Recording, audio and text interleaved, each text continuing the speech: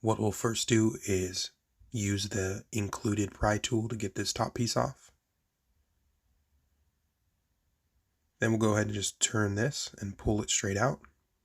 There'll be two T20 screws right here at the bottom. Go ahead and unscrew those. This should loosen the entire faceplate. It's a little bit tricky because there's two clips on the top. As you see, you can take that down. You'll have the original head unit in the screen. What we end up doing is we take out the main harness there on the right hand side. We'll take out this main big harness with the little clip. Pop that back and take it out.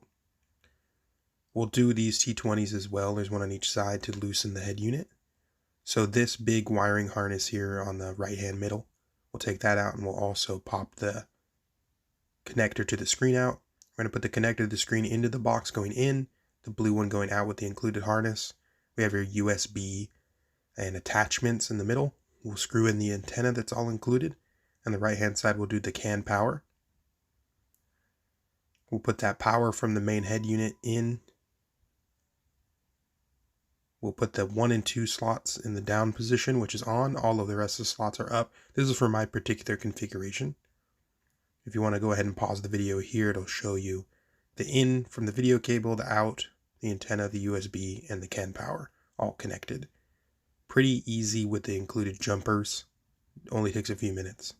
Now once everything's back together, you'll go into your multimedia, go into your external devices and aux. Go ahead and make sure you're on aux and hold down menu for 3 seconds. Now the next step, I was getting an error here that the machine was abnormal. Don't be alarmed by this. It's very easy. The seller will give you an update file, plug in a USB stick, and you can hit update in the settings of the system. Once that's done, it'll reboot and you'll be good to go. You'll have Android Auto working, Apple CarPlay, wireless Android Auto with wireless CarPlay. You have AirPlay Auto Link. You can play multimedia. You can put an AV in. So all of your settings will become available.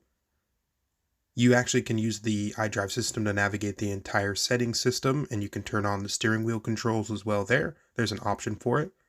I'm going to make a second follow-up video with the customization options available. If you get stuck, please go ahead and comment or send me a direct message. All in all, the seller is really great. Great deal, great shipping. I'll go ahead and throw a link to the seller's page and enjoy. We'll see you in the next one. Thanks.